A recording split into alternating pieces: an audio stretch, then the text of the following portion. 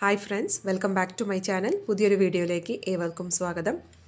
ഇന്നത്തെ reading topic, നിങ്ങളെ ചതിച്ചു പോയ വ്യക്തി അല്ലെങ്കിൽ നിങ്ങളെ എന്തെങ്കിലും രീതിയിൽ വഞ്ചനയോ കബളിപ്പിക്കാൻ ശ്രമിച്ച വ്യക്തിയുടെ ഇപ്പോഴത്തെ സിറ്റുവേഷൻ എന്താണ്, അവരുടെ ലൈഫ് എങ്ങനെയാണ് ഇപ്പോൾ പോകുന്നത്, അവരെന്തെങ്കിലും ബുദ്ധിമുട്ടുകൾ അനുഭവിക്കുന്നുണ്ടോ എന്നൊക്കെ നോക്കാം. അപ്പോൾ ഇതൊരു ജനറൽ റീഡിംഗ് ആണ്. നിങ്ങളുമായിട്ട് അട്രാക്റ്റ് ചെയ്യുന്ന പോസിറ്റീവ് കാര്യങ്ങളെ മാത്രം സ്വീകരിക്കുക, പോസിറ്റീവ് എഫർമേഷൻ ചെയ്യാനായിട്ട് ശ്രമിക്കുക. നിങ്ങളായിട്ട് റെസൊനേറ്റ് ചെയ്യാത്ത കാര്യങ്ങളുണ്ടെങ്കിൽ അതിനെ ഒഴിവാക്കാനായിട്ട് പരമാവധി ശ്രമിക്കുക. അപ്പോൾ നമുക്ക് റീഡിങ്ങിലേക്ക് കടക്കാം. ഇവിടെ വന്നിരിക്കുന്ന cards: king of pentacles, page of pentacles, king of wands, ace of wands, the moon, page of cups, 3 of pentacles, 3 of swords.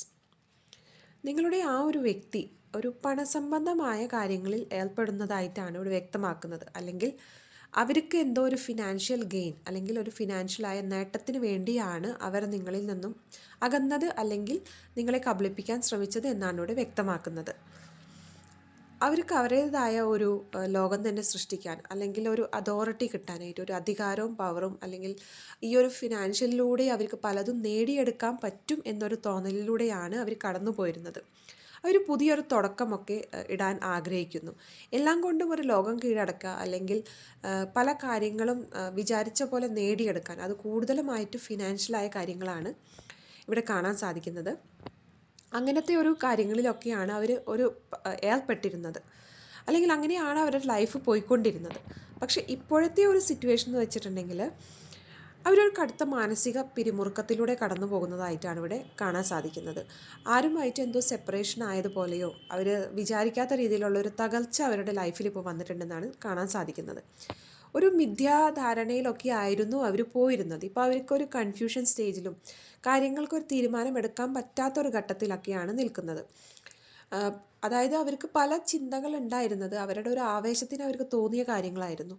ഇപ്പോൾ അവർക്ക് അതൊരു മിഥ്യാധാരണയാണെന്ന് ഇപ്പോൾ അവർക്കത് ഉൾക്കൊള്ളാനായിട്ട് സാധിക്കാൻ പറ്റാത്തൊരവസ്ഥ.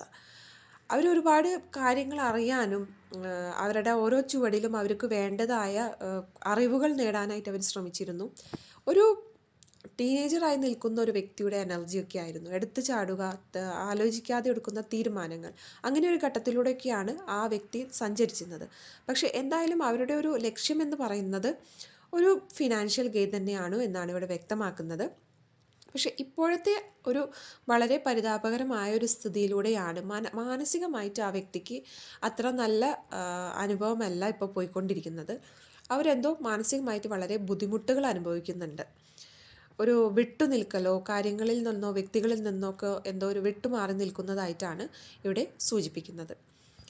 അപ്പോൾ ഒരു പക്ഷേ ഈ ഒരു പ്രവൃത്തിയിലൂടെ അവരുടെ കർമ്മയ്ക്കുള്ള ഒരു ഫലമായിട്ടായിരിക്കാം അവർക്ക് ഇപ്പോഴുള്ള ഇവരുടെ ആ ഒരു സിറ്റുവേഷൻ എന്ന് പറയുന്നത്.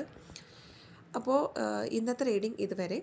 നിങ്ങളുമായിട്ട് റെസൊനേറ്റ് ചെയ്തിട്ടുണ്ടെങ്കിൽ, എൻ്റെ റീഡിംഗ് ഇഷ്ടപ്പെട്ടുവെങ്കിൽ തീർച്ചയായിട്ടും ചാനൽ ലൈക്ക് ചെയ്യാനും സബ്സ്ക്രൈബ് ചെയ്യാനും കമൻറ്റ് ചെയ്യാനും മറക്കരുത്. എല്ലാവർക്കും ഒരു ശുഭദിനം നേരുന്നു.